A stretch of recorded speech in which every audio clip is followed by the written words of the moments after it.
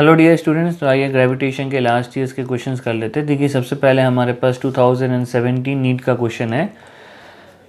The acceleration due to gravity at a height 1 kilometre above the earth is same at a depth d below the surface of earth.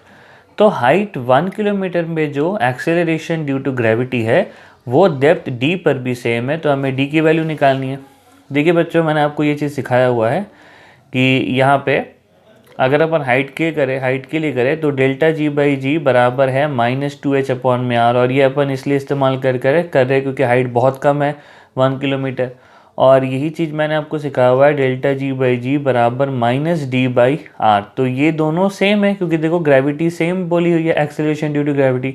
तो अगर आप इन दोनों को same कर दोगे तो माइनस से माइनस कट जाएगा, आर से आर कट जाएगा, यहाँ पे d बराबर आ जाएगा 2h। तो h 1 किलोमीटर है तो d बराबर कितना आ जाएगा हमारा 2 किलोमीटर आ जाएगा। तो यहाँ पे जो बेस्ट ऑप्शन है ये ऑप्शन नंबर 4 मैच कर जाएगा, ठीक है ना। चलिए अगेन नीट 2017 का सेकंड क्वेश्चन है। देखिए, 2 astronauts are floating in gravitational free space, ठीक है ना। तो स्पेस में घूम रहे हैं जहाँ पे ग्रेविटेशन फील्ड, मतलब जहाँ पे ग्रेविटेशन नहीं है, मतलब कोई भी आसपास प्लैनेट्स वगैरह नहीं है, तो प्लैनेट के कारण कोई भी ग्रेविटेशन फोर्स वहाँ पे नहीं लग रहा है। After having lost contact with the spaceship, तो जो स्पेसशिप से वो बाहर निकल चुके हैं और उनका जो कॉन्टैक्ट स्पेसशिप से वो ख़त्म हो चुका है। द टू व्हील, देखो ये जो एस्ट्रोनॉट है, अब ऑब्वियस ही बात है एस्ट्रोनॉट जो है उनके अंदर कुछ ना कुछ मास तो रहेगा। तो मान लेते हैं ये पहला वाला एस्ट्रोनॉट है और ये दूसरा वाला एस्ट्रोनॉट है। अब देखो इसके आसपास कुछ भी नहीं है, तो लेकिन इसके पास मास तो है, तो ये अपने अंदर से ग्रेविटेशन फील्ड निकालेगा और ये भी अपने अंदर से ग्रेविटेशन फील्ड निकालेगा। अब ये जो ग्रेविटेशन इसका जो ग्रेविटेशन फील्ड होगा ये इसके ऊपर फोर्स लाएगा और इसका जो ग्रेविटेशन फील्ड होगा इसके ऊपर फोर्स लगेगा। हमें पता है एक्शन रिएक्शन होगा, तो मास के कारण ये दोनों एक दूसरे की तरफ खींचे चले आएंगे। So they will keep floating at a same distance between them. गलत, मूव टूवर्ड्स ईच अदर। यहाँ पे सही ऑप्शन लग रहा है, तो सेकेंड ऑप्शन अपन सही कर देंगे। नेक्स्ट अपन आगे बढ़ते हैं, क्वेश्चन नंबर 3 की तरफ हम लोग आगे बढ़ते हैं। देखिए बच्चों, क्वेश्चन नंबर 3 क्या है यहाँ पे, starting from the centre of earth having radius capital R the variation of g. ये तो बेटा आपको सिखाया हो ना, वेरिएशन ऑफ जी अंदर में मतलब धरती के अंदर डायरेक्टली प्रोपोर्शनल टू आर और बाहर में जो होगा वो इन्वर्सली प्रोपोर्शनल टू आर। तो ये सही ऑप्शन है ना, यहाँ पे अंदर डायरेक्टली प्रोपोर्शनल, बाहर में इन्वर्सली प्रोपोर्शनल। तो जो सेकेंड ऑप्शन होगा अपन सही मार्क कर देंगे। नेक्स्ट क्या है देखते हैं, a satellite of mass m orbiting the earth, ठीक है ना, ऑफ रेडियस कैपिटल आर, ठीक है, at a height h from its surface, the total energy of a satellite in terms of G naught, ठीक है ना। तो आइए इसको करते हैं अपन।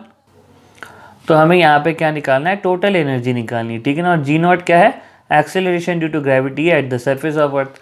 आपको पता है बेटा जो टोटल एनर्जी होगी सैटेलाइट की, ये जो टोटल एनर्जी जो सैटेलाइट की होती है, ये मैंने आपको पढ़ा है कि टोटल एनर्जी ऑफ सैटेलाइट ये हो जाएगा आपकी काइनेटिक एनर्जी के नेगेटिव और पोटेंशियल एनर्जी के हाफ। तो ये अपन लिख लेंगे -G m अपॉन में 2 इंटू यहाँ पे आ जाएगा R+H। कितना आ जाएगा, R+H, ठीक है ना। तो ऑब्वियस ये बात है, देखो ये वाला ऑप्शन हमारा हट जाएगा, ठीक है ना, और ये ऑप्शन भी हट जाएगा क्योंकि नीचे तो 2 रहना ही पड़ेगा, ठीक है ना। या तो ये सही है या तो फिर अच्छा, अब ये वाला भी गलत क्योंकि टोटल एनर्जी कभी पॉजिटिव नहीं हो सकती। तो आप मेथड ऑफ एलिमिनेशन से ये वाला आंसर सही कर सकते हो, बट अगेन हम लोग पूरा आंसर निकालेंगे। तो देखो अपन अब क्या करते हैं, देखो -Gm अपॉन में नीचे r² से मल्टीप्लाई करते हैं तो ऊपर भी r² से मल्टीप्लाई करना पड़ेगा और ये 2 इंटू R+H पहले से रह जाएगा। अब -Gm/r² क्या होता है, ये होता है एक्सेलरेशन ड्यू टू ग्रेविटी, और यहाँ पे m पहले से है तो ये हो गया -mg0 इंटू r² अपॉन में 2 इंटू R+H, जो कि हमारा ऑप्शन नंबर 2 ही है, ठीक है ना। तो कई बार हम लोग क्या कर सकते हैं, मेथड ऑफ एलिमिनेशन करके भी हम लोग आंसर्स को निकाल सकते हैं, ठीक है ना। नेक्स्ट चलिए अपन क्वेश्चन नंबर 5 की तरफ आगे बढ़ते हैं। नेक्स्ट देखिए क्वेश्चन नंबर 5 क्या बोल रहा है, at what height from the surface of the earth the gravitation potential and the value of ये जो है ये g मतलब acceleration due to gravity r -5.4 into 10⁻⁷ joule per kg²। तो ये पोटेंशियल है और जो g है स्मॉल g ये 6 है, ठीक है ना, metre per second square. Take the radius of the earth है 6400 किलोमीटर, ठीक है। अब at what height from the surface of the earth, ठीक है ना। तो आइए इसको अपन करते हैं। मान लेते हैं बच्चों कि ये हमारी धरती है, ठीक है ना। तो ये हमारी धरती, ठीक है ना। ये धरती का रेडियस और ये हमारा हाइट जिसकी अपन बात कर रहे हैं h। तो ये टोटल दूरी होगी r प्लस एच। अब यहाँ पे जो पोटेंशियल दिया हुआ है, तो पोटेंशियल होगा -gm upon r plus H. तो ये दिया हुआ है -5.4 इंटू 10⁻⁷ जूल पर kg का होल स्क्वायर। तो माइनस से माइनस कटा, एक रिलेशन आया gm अपॉन में r प्लस एच बराबर 5.4 इंटू 10⁻⁷ जूल पर kg का होल स्क्वायर। नेक्स्ट यहाँ पे जो एक्सेलरेशन ड्यू टू ग्रेविटी है, ये हो जाएगा gm upon r plus H का होल स्क्वायर और ये दिया हुआ है 6। अब देखो इसको यहाँ रखेंगे तो gm by r plus H ये है 5.4 इंटू 10⁻⁷ और एक r प्लस एच बचा रह जाएगा यहाँ पे और ये 6 हो गया। तो r प्लस एच, r कितना है 6400 किलोमीटर प्लस h बराबर हो गया 5.4 इंटू 10⁻⁷ अपॉन में 6, ठीक है ना। नेक्स्ट अगर अपन आगे बढ़े तो 6 9 हो जाएगा 54, ठीक है ना। तो इसको अपन लिख सकते हैं 0.9, तो या फिर अपन लिखते हैं 9 इंटू 10⁻⁶, तो ये हो गया है 9000 किलोमीटर। तो h आ जाएगा 9000 माइनस 6400, यह आ जाएगा अपना 2600 किलोमीटर, ठीक है ना। इसको 9 ये इधर जाएगा तो माइनस हो जाएगा ना, 9000 माइनस 6400 ये हो गया अपना 26000 किलोमीटर। तो अगर अपन देखें तो ये जो क्वेश्चन था नीट का 2016 में आया था, तो ऑप्शन नंबर जो सेकंड है अपन यहाँ पे सही मार्क कर देंगे, ठीक है ना। नेक्स्ट चलिए अपन आगे बढ़ते हैं। क्वेश्चन नंबर 6 में आगे बढ़ते हैं हम लोग, है ना। आइए क्वेश्चन नंबर 6 करते हैं। देखो, the ratio of escape velocity of earth to the escape velocity of planet whose radius and mean density are twice as that of the earth। तो हमारे प्लैनेट का जो रेडियस है और जो मीन डेंसिटी है वो धरती से क्या है 2 गुना है, दोनों ही 2 गुना है। तो हमें धरती की एस्केप वेलोसिटी और उस प्लैनेट की एस्केप वेलोसिटी का जो रेशियो है वो निकालना है, ठीक है ना। तो आइए अपन करते हैं इसको। देखिए बच्चों, अगर अपन एस्केप वेलोसिटी के फॉर्मूले की तरफ जाएं तो एस्केप वेलोसिटी का जो फॉर्मूला होगा √2 gm अपॉन में √2gm अपॉन में यहाँ पे आ जाएगा r, ठीक है ना। यहाँ पे आ जाएगा r, ये कैपिटल R जो भी आप लिख लो अपन, चलो कैपिटल R लिख लेते हैं, ये कैपिटल R है ना। ये हमारा एस्केप वेलोसिटी है ना। नेक्स्ट अपन इसको बराबर करते हैं। देखो हमें ना डेंसिटी चाहिए, ठीक है ना, हमें डेंसिटी चाहिए। तो डेंसिटी होता है मास बाई वॉल्यूम। तो अपन यहाँ पे 4/3 पाई r³ करना चाहेंगे। अब r ऑलरेडी यहाँ पे है तो r² कर देंगे तो r³ हो जाएगा, लेकिन इसके लिए आपको ऊपर में भी एक r² करना पड़ेगा और ऊपर में भी 4/3 को लिखना पड़ेगा, ठीक है ना। अब ये तो हो गया मास बाई वॉल्यूम जो कि होगी डेंसिटी, ठीक है ना। तो एस्केप वेलोसिटी, ये 2 कांस्टेंट, ये 4/3 कांस्टेंट, ये सारी चीज़ें कांस्टेंट है। तो escape velocity directly proportional to हो गया √ डेंसिटी और √r²। तो यहाँ से r को बाहर निकाल लेते हैं, तो ये हो गया √ डेंसिटी और ये r अपना बाहर चल जाएगा, ठीक है ना। तो अपने क्वेश्चन के अकॉर्डिंग VE/V प्लैनेट हमें निकालना है।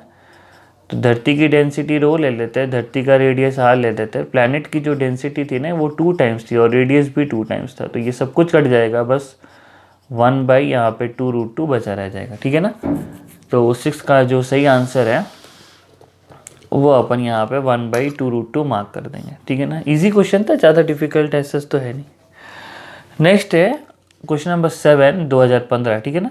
A satellite S is moving in an elliptical orbit around the earth. और एक बात और, जैसे आपके पास कुछ मॉड्यूल्स वगैरह होगी ना, तो आप यहीं पे क्वेश्चन सॉल्व करें। जैसे देखो मैंने भी यहीं पे क्वेश्चन सॉल्व किए होते हैं, लेकिन मेरे को क्योंकि दोबारा वीडियो बनाना था तो मैंने यहाँ पे इसको रब कर दिया, ठीक है ना। जैसे कि अगर आप और भी देखो तो देखो मैंने यहीं सॉल्व कर रखे, क्योंकि इससे क्या होता है ना आपको, मतलब क्योंकि जब अपन नीट का एग्ज़ाम देंगे उसमें इतनी इतनी सी स्पेस आएगी, तो क्वेश्चन सॉल्व हो जाते हैं, इन छोटे छोटे जगहों में भी क्वेश्चन सॉल्व हो जाता है। तो अगर अपनी ऐसी हैबिट बनी रही तो फिर सही रहता है ना। फिर अपने को अलग से पेज जो अब मेरे को समझाना है तो बड़े बड़े, तो इसलिए हम कॉपी का इस्तेमाल करें। जैसे ये क्वेश्चन समझाना है तो मैंने कॉपी का इस्तेमाल किया, वैसे मेरे को करना होता तो मैंने यहीं पे कर रखा था, देखो अंडर रूट वगैरह निकाल के यहाँ कर दिया था ना। तो आपके पास जो भी मॉड्यूल हो आप वहीं पे सॉल्व कर डालना पेंसिल से, जैसे कि अगर आपको दोबारा करना हो तो आप उसको रब कर देना, ठीक है ना। बट है ना, तो आप ऐसे कर सकते हो। चलो अपन आगे बढ़ते हैं। A satellite S is moving in an elliptical orbit around the Earth. The mass of the satellite is very small as compared to the mass of the Earth. Then acceleration of S is always directed towards the center. यही वाला सही है, क्योंकि ये जो मतलब अगर आप इसको मान लीजिए कि ये कैपिटल M है, ये बड़ा मास है और ये छोटा सा मास है, तो इनके बीच में जो फोर्स लगता है ना ग्रेविटेशन फोर्स, ये हमेशा सेंट्रल फोर्स है। जो ग्रेविटेशन फोर्स है ये हमेशा कैसा फोर्स है, सेंट्रल फोर्स है। तो अगर फोर्स ही सेंटर के तरफ है तो एक्सेलरेशन भी सेंटर की तरफ ही लगेगा, क्योंकि जो फोर्स का डायरेक्शन होता है वही एक्सेलरेशन का भी डायरेक्शन होता है। फोर्स बराबर मास इंटू एक्सेलरेशन, मास का कोई डायरेक्शन नहीं है तो फोर्स और जो हमारा ए का जो डायरेक्शन होता है वो दोनों सेम ही होता है, ठीक है ना। क्वेश्चन नंबर 8 करते हैं। Remote sensing satellite of earth revolves in a circular orbit of height 0.25 metre. ये एच दिया हुआ है और ये धरती का रेडियस दिया हुआ है हमें और ये जी दिया हुआ है, तो उसकी ऑर्बिटल स्पीड निकालनी है। देखो ये बड़ा है, आप सीधा रूट जी आर कर सकते हो तो आपका आंसर 7.9 समथिंग आ जाएगा, तो उसके अकॉर्डिंग अपन ये आंसर सही कर देंगे। लेकिन अगर आपको पूरा ही सही आंसर निकालना है तो आपको इस तरीके से करना पड़ेगा, अंडर रूट, अगर आप ऑर्बिटल वेलोसिटी निकालो है ना, अगर अपने को ऑर्बिटल वेलोसिटी यहाँ पे निकालनी है तो आपको करना पड़ेगा जी एम अपॉन में ये अपने को करना पड़ेगा r प्लस एच, क्योंकि जो मतलब सेंटर से दूरी होगी, क्योंकि हाइट पे रिवॉल्व करिए ना ये इस हाइट पर, तो अपने को यहाँ पे r प्लस एच करना पड़ेगा, ठीक है ना। नेक्स्ट अगर अपने को इसको सही से करना है तो अपने को यहाँ पे रूट जी, यहाँ पे नीचे भी r² से मल्टीप्लाई करना पड़ेगा जिससे कि ये आ जाए, तो ये हो जाएगा जी एम अपॉन में r² और ऊपर में भी r² और यहाँ पे आ जाएगा r प्लस एच, तो जी एम बाई r² क्या बन गया, रूट जी बन गया। तो ये बन गया अपना रूट जी और अंदर में r² और अपन में ये r प्लस एच बचा रह जाएगा, ठीक है ना। तो जब आप ये सारी वैल्यू पुट करोगे, जी की वैल्यू 9.2 पुट करो, r रेडियस में ये पुट करो, फिर r प्लस एच पुट करोगे तो ये वाला आंसर आपका मैच कर जाएगा। बट जनरली अगर अपन रूट जी आर भी पुट करें तो लगभग 7.9 के आसपास आएगा, तो इससे अपन ये वाला आंसर मैच कर सकता है ना। अपने को इतने बड़े करने की कोई ज़रूरत नहीं है एक्चुअली, बट फिर भी अगर अपने को सही आंसर लेके आना तो अपने को इसके अकॉर्डिंग ये वाला पार्ट करना ही पड़ेगा, ठीक है। नेक्स्ट अपन क्वेश्चन नंबर 9 में जाते हैं। देखो इसको तो हम करेंगे, मतलब इसको करने की कोई ज़रूरत भी नहीं है, क्योंकि आपको पता है कि t² केप्लर्स के लॉ से 4π² अपॉन में जी एम इंटू r³ होता है, और यही k निकालने के लिए बोला जा रहा है यहाँ पे t² बराबर k r³। तो ये k बराबर हो जाएगा 4π² बाई जी एम, और आप देख पा रहे हो जी एम इंटू के बराबर 4π² का ना, मतलब इजी क्वेश्चन था ये, लगभग आपके फ्री के नंबर थे, ठीक है ना। ये पूरा का पूरा जो नंबर था फ्री का था। नेक्स्ट ब्लैक होल एक ऐसा ऑब्जेक्ट होता है जिससे लाइट भी नहीं एस्केप कर सकती, तो एस्केप वेलोसिटी लाइट के बराबर रखना पड़ेगा। क्वेश्चन क्या है, black hole is an object whose gravitation field is so strong that even light cannot escape from it. To what approximate radius would earth have to be compress to black hole, तो धरती को कितना आप compress कर दे जिससे कि वो black hole में कन्वर्ट हो जाए। तो बस आपको जो एस्केप वेलोसिटी है वो ब्लैक होल के बराबर रख, मतलब जो एस्केप वेलोसिटी है वो लाइट के बराबर रखनी पड़ेगी। रूट ये हो जाएगा 2gm अपॉन में, यहाँ पे ये रूट 2gm अपॉन में ये हो जाएगा r, आपको ये r निकालना है। यहाँ पे आप इसको 3 × 10⁸ रखना है, ये आपको पता है 2, ये आपको पता है ये अपना हो जाएगा 6.67 × 10⁻⁻11, ये मास दिया हुआ है। बाकी आप r निकालोगे तो 10⁻⁻2 के करीब आंसर आ जाएगा ना। सॉल्व किया था, आ रहा आंसर, मेरा भी आया था और आपका भी आएगा। नेक्स्ट अपन आगे बढ़ते हैं क्वेश्चन नंबर 11 की तरफ। Dependency on intensity of gravitation field of earth with distance r from the centre of the earth, ठीक है ना, with distance r from the centre of the अर्थ। तो देखो अगर आप इसको, है ना, ग्रेविटेशन फील्ड अगर आप देखो, अगर आप ये सेंटर से ये r वेक्टर को इस डायरेक्शन में लो तो जो ग्रेविटेशन फील्ड होगी ना वो अंदर की तरफ होगी। तो अगर आप r को इस डायरेक्शन में लेते हो पोजीशन वेक्टर को, तो जो ग्रेविटेशन फील्ड होगी, क्योंकि ग्रेविटेशन फील्ड का डायरेक्शन ग्रेविटेशन फोर्स के तरफ में होता है ना, तो ये जो ग्रेविटेशन फील्ड होगी ये ऐसे अंदर की तरफ होगी, ठीक है ना। तो ये दोनों में जो रिलेशन है वो नेगेटिव आएगा, तो या तो ये सही है या तो ये सही है। अब देखो अंदर में डायरेक्टली प्रोपोर्शनल टू r और बाहर में इन्वर्सली प्रोपोर्शनल टू r², तो फर्स्ट ऑप्शन इसका सही है, ठीक है ना। नेक्स्ट अपन क्वेश्चन नंबर 12 में चलते हैं। देखो a body of mass m is taken from earth surface to a height equal to twice the radius of earth, the change in potential energy, है ना। ये आप कराया हुआ है, ऐसा कुछ हाई फाई क्वेश्चन नहीं है। तो आपको पता है mgh अपॉन में 1 + h/r, 1 + h/r, ठीक है ना। अब जो हाइट है वो ट्वाइस है, तो h की जगह आपको 2 रखना पड़ेगा, तो ये हो गया है mg × 2r बटे 1 + 2r/r। तो ये कट जाएगा यहाँ से, ये दोनों कट रहा है और ये 3 हो जाएगा, तो ये हो गया 2 mgr/3, तो 2 mgr/3। Next, infinite bodies each of mass 2 kg are situated on x-axis 1, 2, 4, 8 respectively, the resulting gravitation potential due to this system at the origin, ठीक है। देखो अपन इसको ऐसे कर लेते हैं। यहाँ पे देखो जो ग्रेविटेशन पोटेंशियल होता है वो नेगेटिव होता है और ग्रेविटेशन पोटेंशियल का फॉर्मूला होता है -gm अपॉन में r, ठीक है ना। तो सबसे पहला तो -g, देखो जो मास है वो 2 kg का है, ठीक है ना, मास है जो 2 kg का है, तो -gm, m की जगह 2 लिख देंगे और r पहले कितना है, ये देखो 1 मीटर है, 1, फिर -gm अपॉन में 2, फिर -gm अपॉन में 4, फिर ये है 8, ठीक है। तो AP या GP बनते हुए दिख रहे हैं, जो भी बनेगा अपन देख लेंगे। GP लग रहा है मेरे को, तो 8 GP है ये। तो -2g कॉमन ले लिया, 1 + 1/2 + 1/4 + 1/8 GP बन गया ये, जिसका कॉमन रेशियो है आपका 1/2, इसे डिवाइड करो 1/2 आ जाएगा। तो S इनफाइनाइट होता है a × 1 - r, 1 - 1/1 - 2, ये ऊपर चल गया, है ना, ये अपना ऊपर चल गया, तो ये ऊपर चल जा रहा है, तो ये 2, अच्छा 2 आ जाएगा, ये है ना, 1 में हाफ ही होता तो ये 2 आ जाएगा। तो v बराबर आ गया -2g और इसका जो सम है ये 2 है, तो × 2, 2 2 -4g, ठीक है ना। तो अपना जो आंसर आ गया ये आ गया -4g। नेक्स्ट क्वेश्चन नंबर 14 करते हैं। Spherical planet has a mass mp, diameter dp, a particle of mass m falling freely near the surface of the planet will experience an acceleration due to gravity। मतलब acceleration due to gravity निकालना है। near the surface बोला है तो capital R ले लेंगे, तो यहीं कर लेते हैं। तो देखो g जो है वो होता है gm अपॉन में r², है ना, ये होता है gm अपॉन में r²। अब हमें जो है मास mp दिया हुआ है, डायमीटर dp दिया हुआ है, आपको पता है जो आपका रेडियस होता है वो डायमीटर का आधा होता है, तो dp² आ जाएगा और 2 का आधा 4 आ जाएगा, बटे 4 मतलब ऊपर चल जाएगा, तो 4 gmp बटे dp का होल स्क्वायर। ये रहा,